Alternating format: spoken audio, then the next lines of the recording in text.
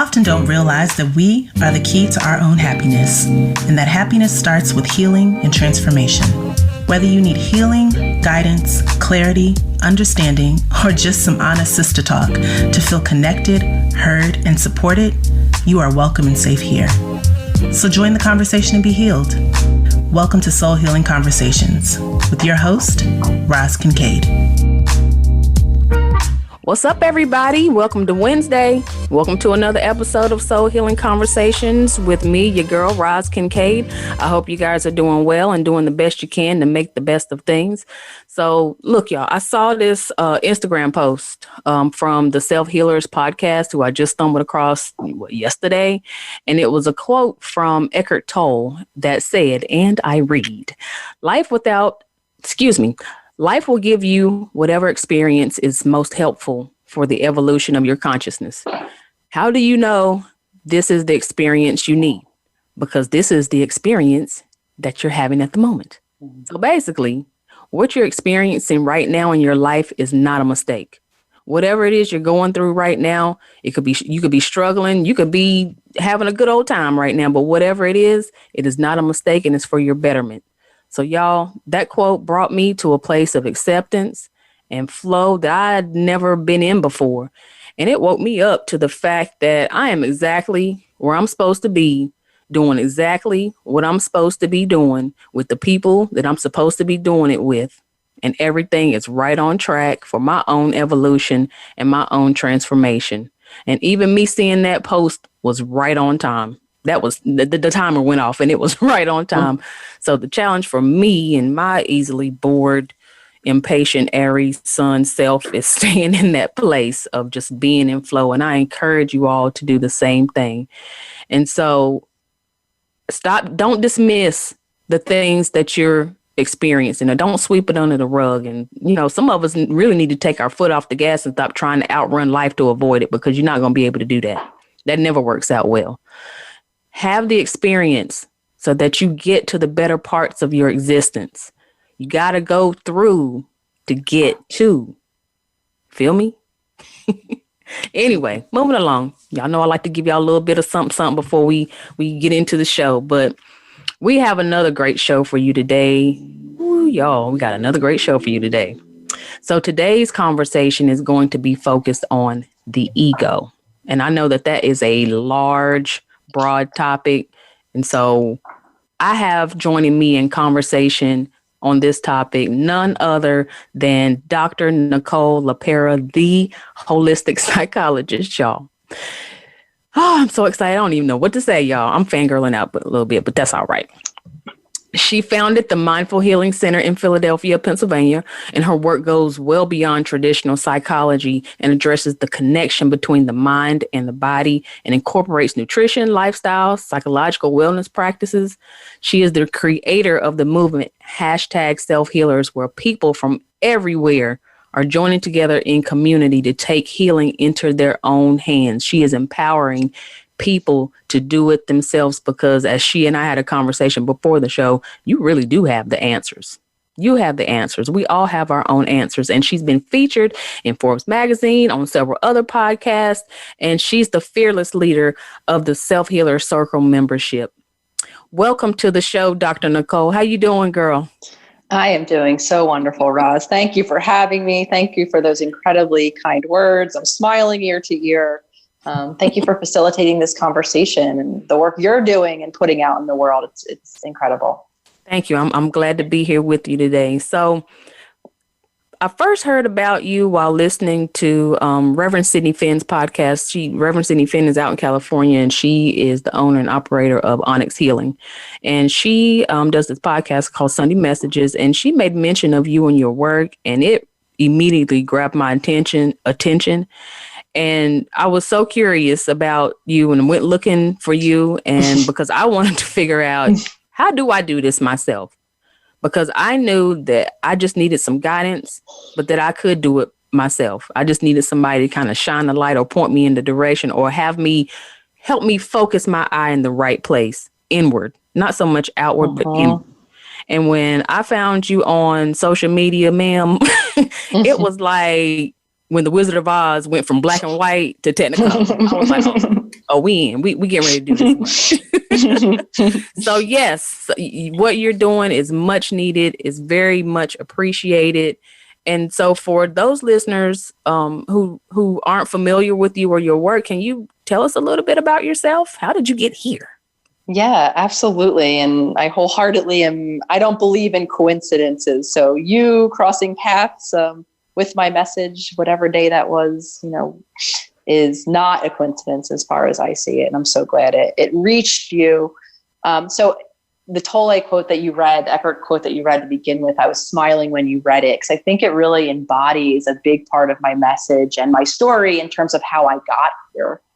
Because a big part of my story now is, and the fact that you are feeling technicolored, empowered, if you will, reading my work is everything to me, because that's what I really consider the self-healers movement, a movement toward individual personal empowerment. And how this maps onto my own personal story is I was a human for so very long who was living reactively, was living stuck, was living, a word I talk about a lot, in my old conditioned patterns, and was suffering on multiple levels because of it. Was physically, not well, having all different types of physical symptoms, emotionally just felt really absent.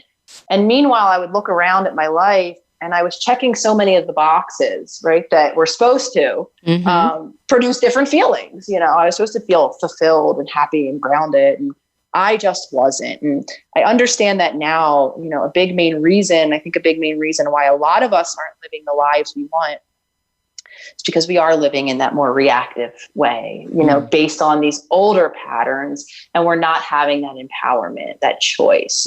Things happen in our world around us. Things are always going to happen in our world around us. Right. Of course. And a lot of us just don't feel able, right, to go through them, to tolerate them, to cope with them, and to create change in our life. So the work that I do was really inspired by not only my own personal story, which was one, you called me fearless, and I chuckled a little bit, because if you know me personally, fearless is not the word you would have used to describe me. I was fearful. I mean, Roz, when I talk about embodying anxiety, it's all I knew from as little as I remember. Scared of burglars, scared of medical calamities. I was scared. And you know what? My life reflected it. I was living fearful. I was not living from an empowered place of choice until, of course, as a lot of us go through, I call it my dark night of the soul, until that mismatch, that misalignment was screaming to the surface. Like I said, with all of these physical symptoms, it's emotional, my anxiety was through the roof, and really my own healing journey, my own pathway back to that empowerment is what inspired me to create the Instagram account that I would have had no idea what it was going to turn into, but just to begin to talk about this so that I could hopefully, my goal was to empower one other human to know that they have that, like you said very beautifully, right? They have it within them. They're whole. They know the answers to find our way back. That's what my work now is about. Giving people the tools to find the way back to themselves.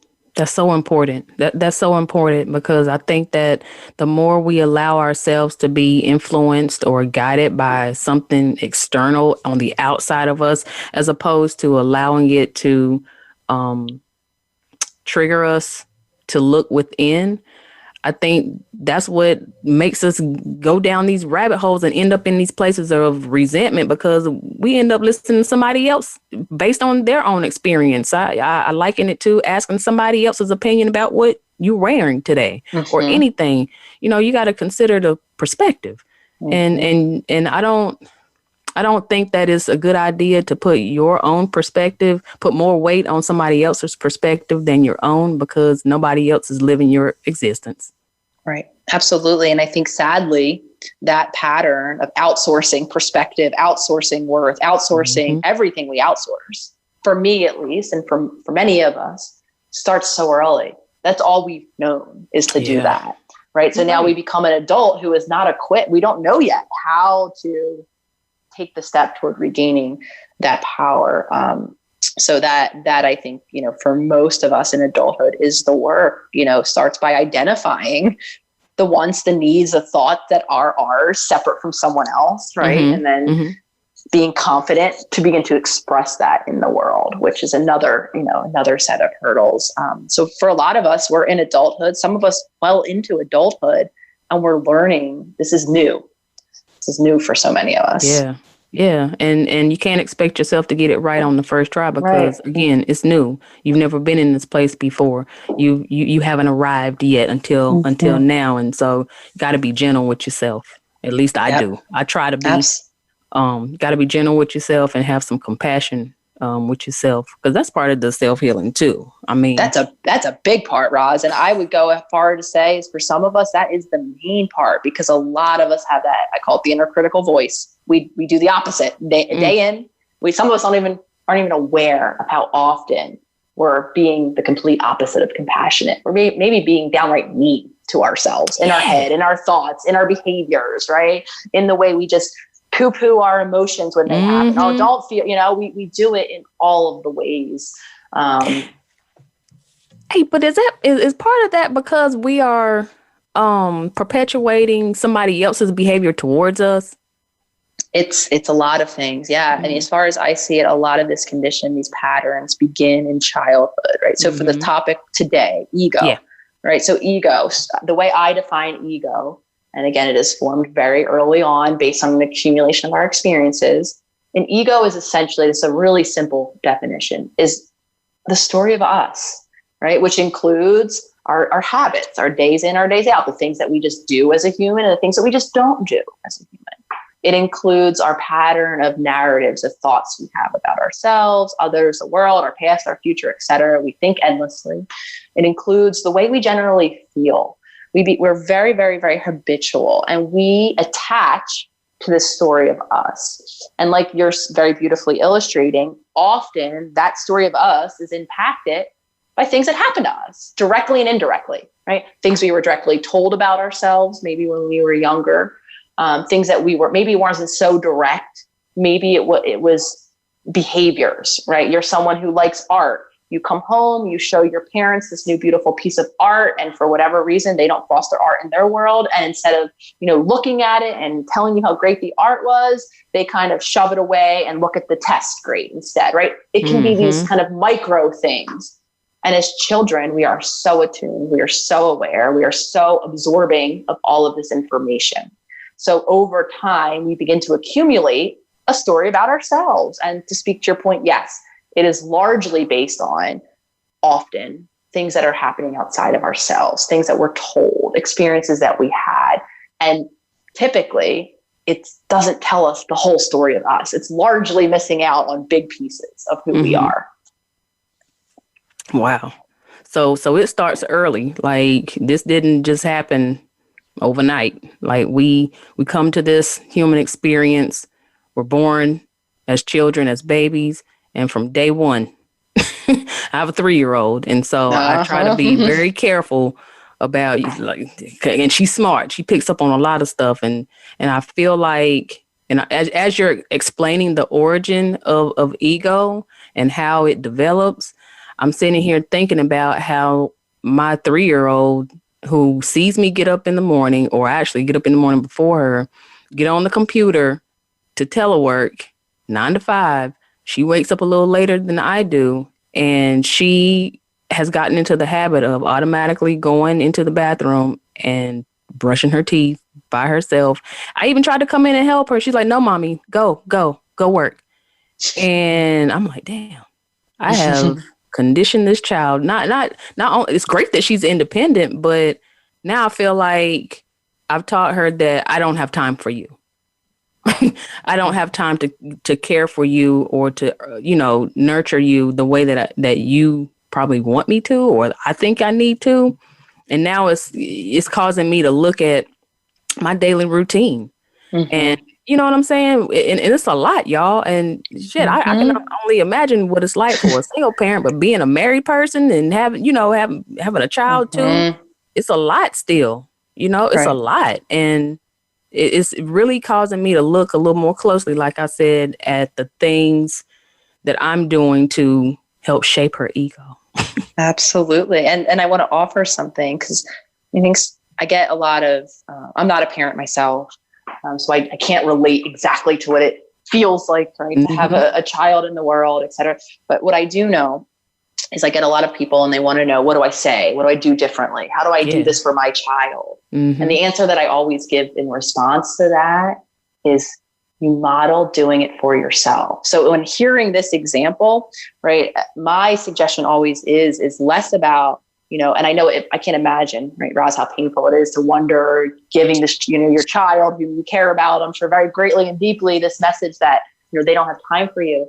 My statement to that is the message that's more concerning is you're giving the child the message that you don't have time for you, right? So by you showing that maybe it's not even interacting with your child, this is why it's counterintuitive, right? Maybe this means moms that are listening, go away from their child for 10 minutes every morning and take their time. That's going to instill the message I think that we want our children to get, which is meeting their own needs. So sometimes it's not, or often I should say, it's not, what are we saying to our children or how are we navigating these exact moments? It's they're watching us. They're watching how you're taking care of you. That's going to be the greatest impact. And I also say this because I know people listening might be like, oh my gosh, I'm messing up my kids. We all are. It's not a bad thing, instilling resilience in children and the ability to meet and find their way toward their own needs is what this is about. We're not perfect humans. We can't be perfect. You can't, even if it is your own child, fully anticipate how that child's needs need to be met because they're different than you. It's a virtually unwinnable task. So parents that are listening, worry not. The focus needs to be on healing and showing and modeling, right? Different behaviors for our children. And it's not necessarily what we think it is, saying the right. It's showing them. That's deep, man. Like believe what you see, know what they say. Absolutely. Go, taking a minute to just steal away and be an example of what it looks like to take care of yourself is what I'm hearing you say. Yes. And that by being that example is teaching them how to do the same thing. So I guess if I switch my perspective in this particular example, I've taught her a good thing. I've taught her the value of taking care of yourself and nurturing yourself just through the act of brushing your teeth, and washing your face, and having pride in having to stand on your own 2 feet, even at 3 years old. See my ego right there is telling me you're doing a bad thing because you have to go over here and make bread and make sure that the house is taken care of. You're doing a bad thing by neglecting your child. That right there. Yeah, so we can reframe that to that point of empowerment. Here you created a child that at age 3 can do that. What a beautiful thing. Damn, man. I just had a little moment there. Wow. That's crazy how quickly the ego kind of just, pops the end. And, it's about doing the work I did have the answer right there. Yeah. I did have the answer. To tell ourselves the fuller story, right? Yes. Your ego chose to focus on the one aspect of it. And that's what all of our egos do. This one meaning that I'm going to assign to this one thing instead of seeing the fuller picture. I just want to inspire people to see the fuller picture of themselves all the time. Wow. So listen, we have to take a quick break. And when we come back, Dr. Nicole and I are going to continue our conversation on ego. So you guys sit tight. We'll be right back.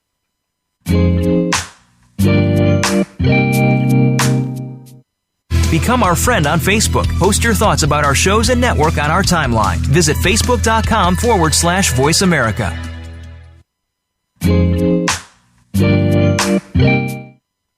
You have a passion, and from that passion, you've created a business. But how do you market and grow that business? Hi, I'm Emily of Shine Coaching and Consulting. I specialize in brand identity, website design, marketing consulting, and business coaching. I create a visual expression of my clients' ideas and help them develop a business strategy to meet their goals. Connect with me today at shinecoachingandconsulting.com. Be inspired, be real, be you. The Voice America Live Events channel is here now to showcase your corporate, individual, or organization's live event. Visit voiceamerica.com/live events to see all of our past live events and find out more. Whether it's a multi-day conference, special speaker, or single-day event, we've got everything to make your event a success. We can do a few hours or a few days. For more information about taking your event to the next level, call Jeff Spinard at 480-294-6417 or email info@voiceamerica.com. Again, that's Jeff Spinard at 480-294-6417 or send us an email to info@voiceamerica.com. Voice America is where you are and where you want to be. Join us around the globe as we broadcast live from some of the most interesting events available. Don't forget to view all our live events, including on-demand access to past events that you may have missed by visiting voiceamerica.com/live events.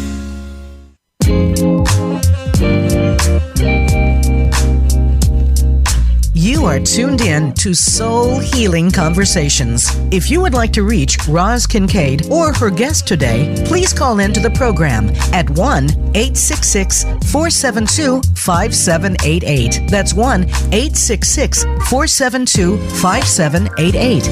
You may also send an email to hello@rozkincaid.com. Now, back to Soul Healing Conversations. Welcome back to Soul Healing Conversations, everybody. I'm your host, Roz Kincaid, and joining me in conversation is Dr. Nicole LePera, the Holistic Psychologist. Doc, before we dive back into our conversation, I want to give you an opportunity to share with everybody how they can connect with you. Yeah, absolutely. So the main hub where you can see me quite literally each and every day is through my Instagram account, which is the .holistic.psychologist. Through there, I have a link tree, which can lead you down all of the other avenues. I have a Facebook page, The Holistic Psychologist, a YouTube channel, The Holistic Psychologist, for visual learners out there. I have all goodies. You sign up for my email list currently.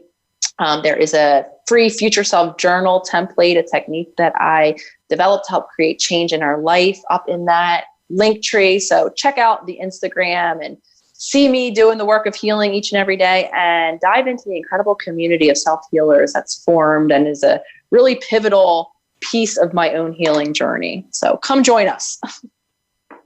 Yes, that's awesome. Excellent. Y'all get in on it. Get on it and get connected with the good doctor.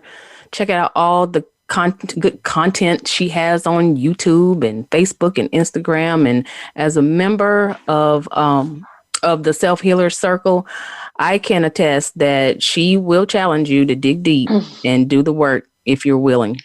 And she don't need to be sitting in front of you to do it. Like, just read that content and get in on it. So before the break, we were talking about, I was sharing my story with my own daughter, and how I felt like, well, my ego was telling me how awful of a parent I was because I wasn't paying attention to her and she was going off and brushing her own teeth. But it's really an example of how she's picked up on the fact that I know how to take care of myself, and she's mimicking that in her own behavior of taking care of herself too, which is not a bad thing. It's not a bad thing at all. Mm-hmm. And I wanted to come back in this part of the show and talk about some ways that we can identify what is ego and what it is not, because I think that there's some confusion and even some gray area, really, that we can kind of discuss, so that people at least have an awareness of when they're operating in ego, or when ego is driving them,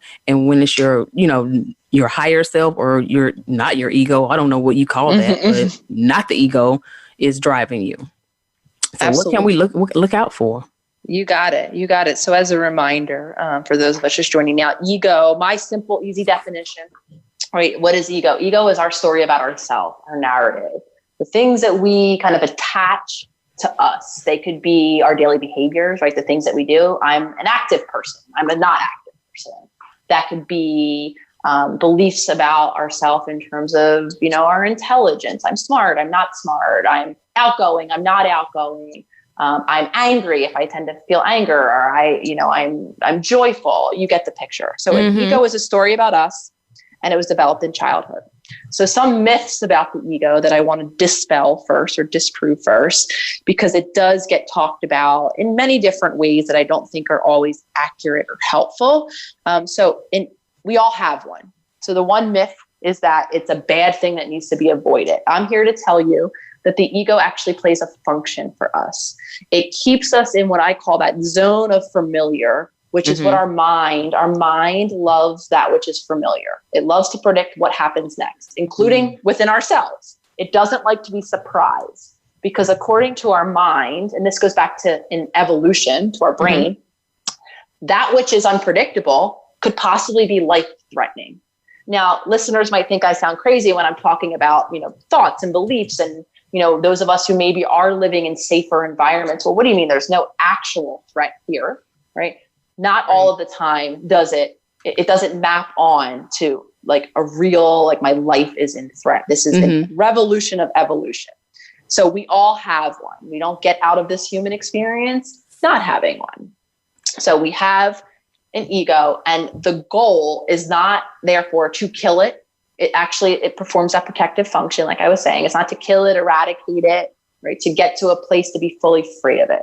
In my definition of what ego work really entails is I use the word befriending it, understanding its presence in our life. For some of us, that means understanding how and through which, experiences it was developed, and then creating space where while the ego might still be active, and I'm going to talk a little bit about what it is and speaking to your question of how do I know when it's active, to create space that when the ego is active in our day-to-day life, which it likely will be, to begin to empower ourselves to make a new choice so that we can break out of the conditioned habits and patterns that most of us are living stuck in that ego reactive space. So the myths I want to disprove here are we all have one. You don't get gifted this experience of human without one. And that our ultimate goal, right, isn't, now that you've heard this, unfortunately, I'll be the bearer of this bad news today, Roz, for listeners. Hearing this talk today does not make your ego go away. It's still going to be there and it's still going to be active. So the goal, kick up even more too. Yes, it gets louder, right? The goal is to befriend it, to understand its presence, to see how it's and when it's coloring our experience, and then to, like I said, create that space to be able to do something different in the future. So what is it? Like I said, it's a story of us. How do we know when it's active? For those of us who have what I call a practice of internal self-observation, what does that mean? Paying attention to our thoughts. I'm going to be here to relay the fact that the large majority of us have thoughts that are running through our head from the moment we wake up into the moment we go to sleep. True. I assure you, we are not. Yes, me too. We are not those thoughts. That is part of the voice of the ego. When you start to pay attention to the fact that you're thinking all day long and you're telling yourself these stories, you begin to find that they're very thematic, right? You tell yourself the same thing over and over. Right. One of my very favorite narratives that I would tell myself that was grounded in my past experiences with an emotionally unavailable mother is I am not considered. So I had some version of accumulating evidence each and every day of all of the ways I'm not considered in my day. My partner's not considering me. My business colleague isn't considering me. The mailman didn't consider me. The stranger in line who tore in front of me isn't considering me, right? The list goes on. Anytime. So first and foremost, my suggestion is pay attention to your thoughts. You'll see those themes. Some of them might be so obvious. You might be able to identify your ego story, right? I am whatever. Listen to how you think about yourself throughout the day. That's going to give you evidence of this ego, of this structure, of this story. It's going to, like I said, be very thematic. It might not be considered for you. It might be, I'm not lovable. I'm not worthy. I'm whatever, not successful. Listen to how you talk about yourself internally in your mind. Those of us who have a journaling practice might want to, at the end of the day, journal your thoughts. I was just getting ready to ask you about that. Yes, that's something. I am not a huge journaler in that way, but I know a lot of people taking up the notepad and just kind of listing their stream of thoughts. That visually might be able to bring this to life a little more for you. So listen just to your internal narratives. Okay. Another great time to listen. when you're having a big feeling. We call them triggers or emotional activations, right? What's going on in that moment? A lot of times when we have those, when we listen to opposing viewpoints, a really great practice that I've found is actually choosing to listen to other people's beliefs about things that I'm in disagreement with. Pay attention to what's going on in your mind when that happens, right? What are you saying? What are you saying about yourself? What are you saying about this other person? A lot of times, whatever is coming up in these moments are evidence, right, of these ego stories, because we become so attached. This is how this connects to belief and why we struggle to hold space for alternate viewpoints. We become so attached to these beliefs that when someone offers a different viewpoint, instead of just saying, okay, we might agree to disagree in this moment, or, these experiences have led me to this belief, we feel personally attacked because to some extent we identify with those beliefs. We believe they are part of us and not separate from us. A belief, in my opinion, is a practiced thought, separate just like all thoughts are, right? But we assign so much meaning that we cannot tolerate when someone disagrees with us. So these are the moments, and these are when we can really see evidence of our ego. If we listen, if we look internally, if we observe everything that comes after I in a non-emotional moment and in an emotional moment. If we really challenge ourselves maybe to hear alternate viewpoints and again, observe what that's like for us. Observe what you'll probably observe is some version of that defensiveness, that version of maybe even attack. Because again, that's what it feels like for us. We feel like we are being called into question when again, it's that part of self. It's not all of ourself. That's a big one for me, is that I feel like a lot of times, like it's a lot of it, but just that feeling of being called into question and having to prove myself or explain, it comes out as me having to over explain myself to validate my own opinion. And it's like, girl, nobody asked you for all of that, really? Nobody said that they needed all of that from you. So why are you doing all this extra talking? You don't owe anybody an explanation for your human existence, for your choices. Yeah. I am a big over explainer, and I think a lot of times that's grounded in the desperate want for someone to agree. Yeah. For someone to say, you know what? Exactly. I see it, experience it. That's why resonance feels so good. That's why when someone shares a story that we've lived, right, we can almost get a tingly feeling like, oh, you see me. And when we don't get that, we desperately want that. And not everyone is going to share the exact same experience as us. And it doesn't mean we're any less seen, right? We desperately, as children, there's physical wants and needs, right? Making sure my physical body lives. We are so dependent. We need caretakers to show us.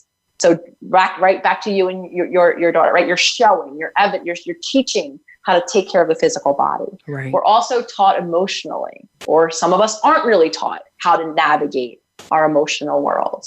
I speak of a spiritual entity that I believe makes us as human. And in that spiritual realm, I believe we all have a deep need to be seen, heard, and have the space to authentically express that spiritual being just as we are. And in absence of that, when we don't have the environment that allowed us, I believe we do suffer what I call a spiritual trauma, right? And we don't feel comfortable expressing that. So what we do is something like you just described doing, and that I do, and that I know a lot of us do. We desperately seek someone to reflect back to us the same thing that we're saying.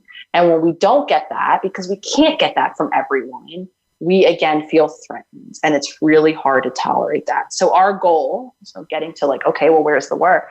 The work is to validate ourselves, is to be enough, to see, to hear, right? To acknowledge ourselves and our authenticity, right? Without needing and requiring other people to do that. Will it still feel good when they do? Of course it will. It feels great, right? That's usually the people you a pat on the back feels good. Yes, and those are the people that you maybe want to be supported by and have as part of your healing journey. But we can't require, back to what we were talking about in the beginning, we can't require all the things outside of us to be different. We have to empower, right? Like Eckhart was talking about, ourself from within to make the shifts and changes so that we can live in our environments in a different way. Right. You know, I had a friend kind of push me in the direction of doing that, starting to do that. And she's always encouraging me to go with them, go with my intuition, go with your gut. You know the answers, trust yourself.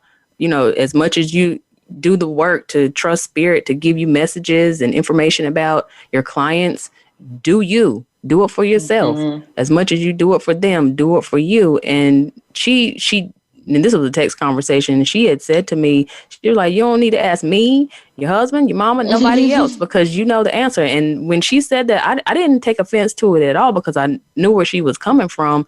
But it was as if she was giving me permission to check in with myself and to trust myself and to rely on my own internal guidance system and my own source of you know, spirituality to help me navigate and help me judge and make my own decisions and stop having to get that pat on the back from or validation from somebody else, and know that what I'm doing and the choices that I'm making are good enough. They're good enough for me because I know my life.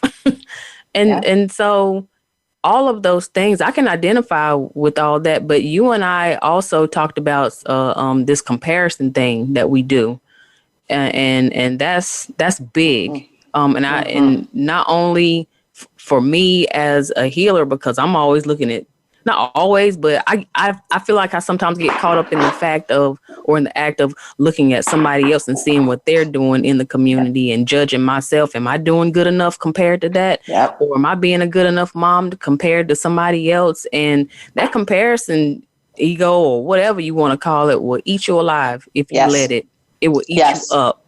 Absolutely, Roz. And I appreciate you bringing this up, because thoughts about self, another time to look. It might not be the self you're thinking of. How much are you thinking about other people? And obviously social media is a playground for endless opportunities to compare ourselves. So, you know, that's the ego loves to compare because it loves to separate.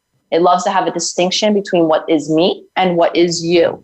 Right. So any moment it can, and typically this is the dark side of the ego, it's usually not comparing ourselves more favorably to these people. It's usually that critical voice that's telling us all of the ways that we're left in. So another time to look, you know, investigate your social media behavior. Look, pay attention to what comes up for you when you're looking at other people's accounts, right? It might not be thoughts that you're having about you directly, though you might be seeing other people and painting their life to be something that by opposition or by contrast, you don't have. And the ego loves to do that. And like I said, it's never usually in a positive direction. It's usually some version of tearing us down and limiting who we are. Oh, wow. I hate that we do that to ourselves, but this is part of the evolution. This is part of us getting to the higher place to see what we're doing and get over the hump. And so we've got another quick break coming up. After the break, Dr. Nicole and I are going to wrap up our conversation on ego and talk to you a little bit about what's coming up for us next week. So hang tight. We'll be right back.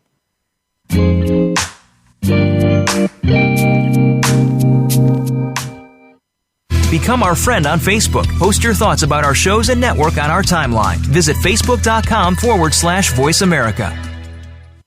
You have a passion, and from that passion, you've created a business. But how do you market and grow that business? Hi, I'm Emily of Shine Coaching and Consulting. I specialize in brand identity, website design, marketing consulting, and business coaching. I create a visual expression of my clients' ideas and help them develop a business strategy to meet their goals. Connect with me today at shinecoachingandconsulting.com. Be inspired, be real, be you. Follow the Voice America Variety channel on Twitter. Our hosts always have something to say, and we know that you do too. We tweet on today's hot topics, and you're welcome to follow us. Speak up and join in at Voice AM Variety. That's at Voice AM Variety. Tune in to the Voice America Variety channel on the Voice America Talk Radio Network. Voice America Variety broadcasts a diverse array of topics, reaching a global community. Our experts come from all walks of life, and the topics they discuss are everything from current events, arts and entertainment, leadership, parenting, relationships, self-improvement, career advice, and a variety of other topics. Check us out today. You're sure to find something of interest. Voice America Variety. Talk on today's hot topics.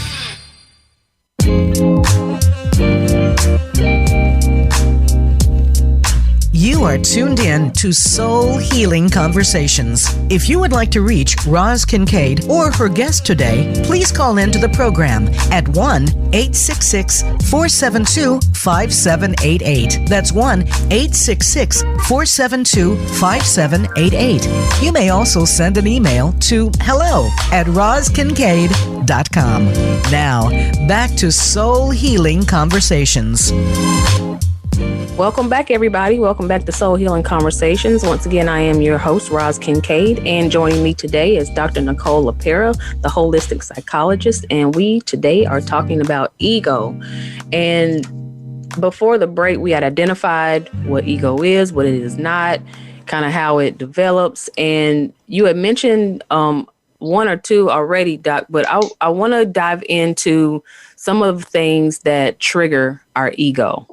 Some of the things that kind of kick it up for us so that we can have even more awareness of, you know, when we're moving in ego, when we're behaving out of ego and making our choices out of ego. So what are some other things that we can look out for in regards to triggers?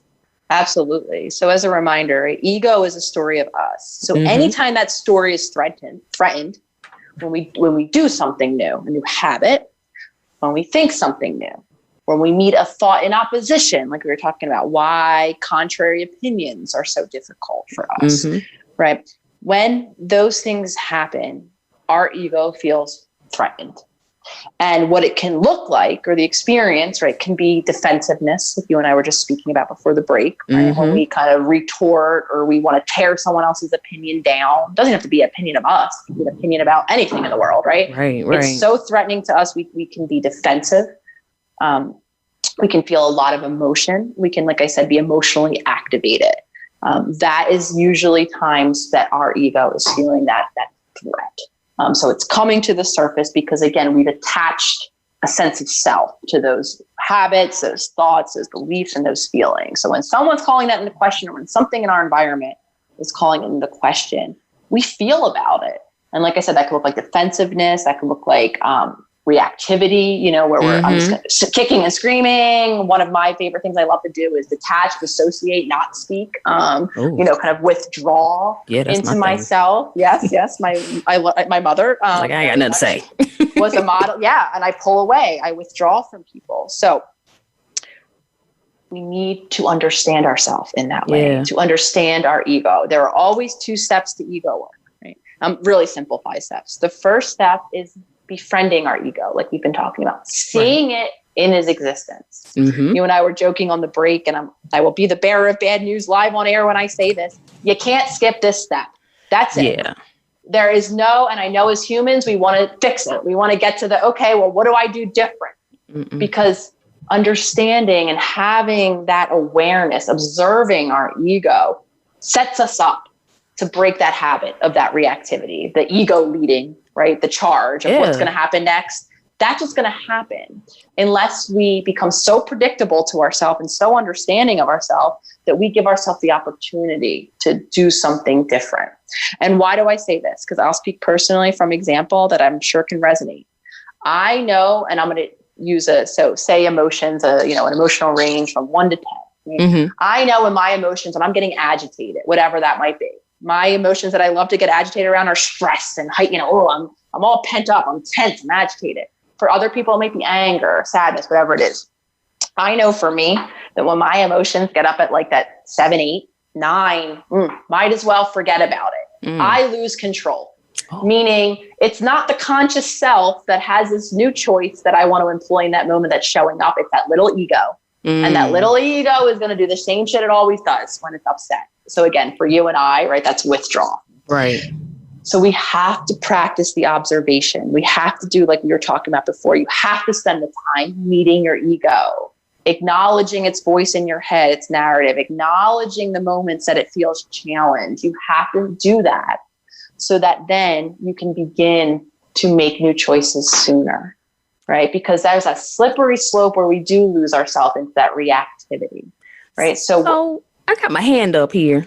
I feel like I'm in class here, but I got my hand up here because, so does that mean we go ahead and still not talk, disassociate, and just kind of retreat and have this private moment unto ourselves to kind of figure out, okay, what is going on with me right now? Why am I doing this? And then we kind of rejoin the conversation or the experience? For some of us, yes, that is what it means, right? For some of us, that means observing ourselves beforehand, right? Okay. It means just become a knower of you, right? See this, witness this, begin to understand how our internal world and our past experiences that live in there are coloring, and that the ego, right, that contains it all, is coloring our experiences. So that over time, right, I can start to live that awareness in the moment. So what does that look like, right? So I come home and whatever the old thing is that would trigger, a lack of consideration narrative happens, right? I now can be aware in that moment that I can see the first inclination of me telling myself that old story, right? So say my partner doesn't put the clothes away, whatever it is, right? This isn't a division of labor in relationship, but whatever it is that would trigger, I was triggered to be not considered any way, shape, and form, Roz. Right. So for me, it was anything and everything. It was dishes. It was laundry. It was her not coming home with the juice for me. I mean, it was really everything. You know what I mean? So I share this. So for me, it's that thing happens. I can't control that. She either did the thing or didn't do the thing. That's out of my control, right? But what I can notice is when I note that thing, I say, further evidence that she doesn't give a shit about me, right? The longer I entertain that thought, right, that old ego story, the closer I am to that 8 or 9. And I'm going to do the thing I always do when I'm activated in that way. I contrast that with, I see myself. I see in that moment. I see the first time I want to entertain that old story, and I get a choice then, right? And now I can say, you know what, ego, thank you for that old version of what this might have been at some time. I am going to choose that that's not what's happening right now. So some of us need that space away, like you're saying, where this begins. We need to remove ourselves, because for many of us that are in relationships, this isn't even just romantic. This includes peers, friendships, family. Those are the moments where all of these emotional activations or triggers like to be touched. It is in relationship with others that it is really, really, really challenging.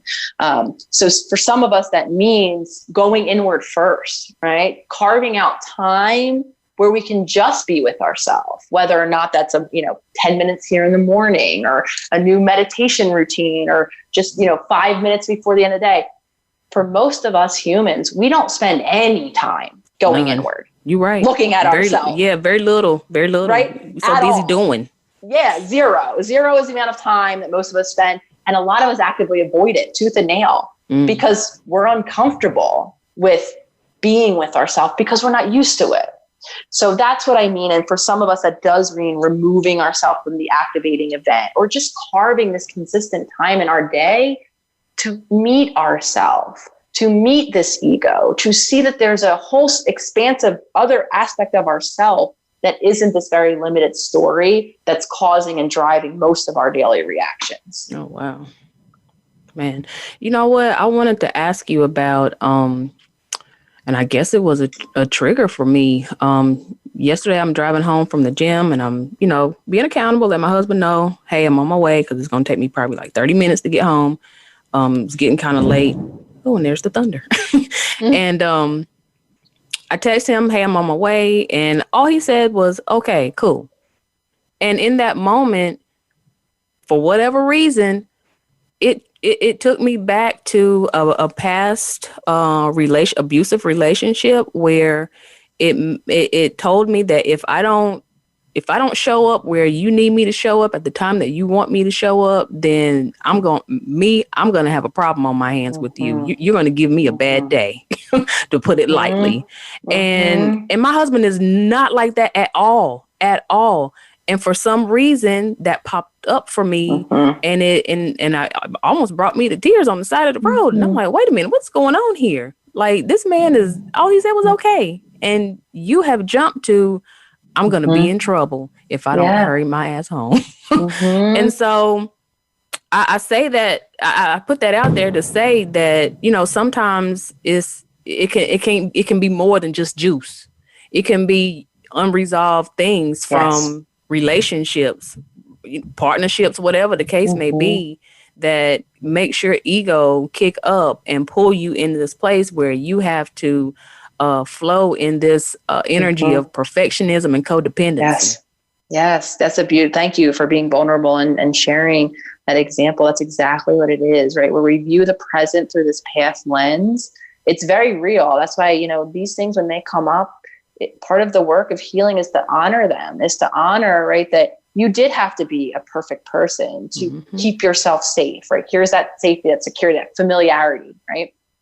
Yeah. So you found yourself, you almost in real time, so beautiful, or you did in real time, see that. You saw those two choice points, right? Where the old option that kept you safe. This is why we want to honor our ego, right? We don't want to say, get the hell out of here. We want to say, thank you. Right. You helped keep me safe in a very untenable, outright abusive situation. Now, however, I can update. I can begin to practice reminding myself that that's not what the case is now. I can remove the past filter and practice applying a new one and being with what is now. So many of us, this is why we live a life that is very akin to Groundhog's Day, stuck in these patterns because we are, right? We're carrying all this unresolved crap, painful crap, and all of the ways that we very adaptively learn to live with it all. And we carry that with us and with us and with us. So we repeat it over and over and over again. So now, as far as I see it, the work is releasing all of this old shit that doesn't serve us, right? To make space for that which has always been there, the wholeness, the fullness, the wisdom, right? That is always within each of us. It's finding our way back. Wow. That's deep, man. And to cap it off, where do we start from here? You got to start befriending your ego, paying attention to it. Pay attention to it. Start noticing what you're saying and thinking about yourself. And wow, what a powerful, powerful conversation today. I could keep talking about this for another hour, and I will next week. But unfortunately, today we are out of time. And Dr. Nicole, thank you so much for having this conversation with me personally, and with my listeners, because I feel liberated. I feel validated in the work that you are leading me to do through the Self-Healer Circle, and just through, even outside of that, through your YouTube channels and just all the content that you're putting out there is invaluable. It's priceless. But let me tell you what, even though it's priceless, people do need to be paying you. So great show today, ma'am. And I appreciate you. And before we go, just a reminder that if you would like to work one-on-one with me as I do my own work, you can connect with me at rozkincaid.com or on Facebook and Instagram at Soul Healing with Roz. Also, if you're a business owner and you're interested in sponsoring the show or doing some advertising on the show, you can find that information on my website as well, or you can just contact me at rozkincaid.com. Again, Doctor, I want to thank you. Thank you for clarifying and demystifying this thing with, this work that we need to be doing with ego. Is not as scary as you think, but it's hard work. It's hard work to turn the ship around. You know what I'm saying? To make another choice, because making another choice for a lot of people is going to feel extremely uncomfortable. Yes. And very awkward. But, you got to decide what price you want to pay. Do you want to keep paying the price to be comfortable and bothered and triggered? You know what I'm saying? And stay in this ego and not be able to further yourself? Or do you want to pay the price of being uncomfortable and truly be liberated? Absolutely. Being able to live with your ego and not against it, I guess. 100%. I could not agree more. And I want to thank you, Roz, for the work you do in your own healing. I truly believe that universal change comes when each of us as individuals change. And it's scary. I put up a post today talking more on collectively, but when we talk about befriending our ego and changing our relationship with it and growing into the full authentic expression that is us, a lot of times what we go through is a period of mourning of that loss, of that one story, of that one identity, right? So it could be confusing. I know I mourned a lot of past selves of my own as I've evolved into a new being. So I concur. I could not, second, third, emphasize your point you're making. It's uncomfortable. Change is. And so I commend all of the brave humans that are doing the work to change, yourself included. And I'm just so grateful that you're speaking your voice, because I also know that's not easy out in the public sphere as you are, and continuing to help empower other people, both with your one-on-one clients and with this show. So thank you, Roz. Thanks, man. I appreciate that. And I also appreciate you all for listening today and letting us be a part of your day-to-day and helping you along your journey. You guys meet me right here next Wednesday, 3 p.m. Eastern, 12 noon Pacific. Dr. Nicole and I are going to tie in the topic of trauma into our conversation. So you guys, until next time, y'all be safe, stay connected, keep doing the work, and do your best to vibrate as high as you can. Love you guys. Bye, y'all.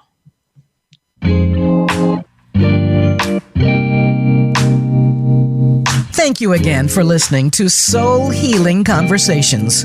Please join Roz Kincaid again for another program next Wednesday at 12 noon Pacific Time and 3 p.m. Eastern Time on the Voice America Variety Channel. We'll talk again next week.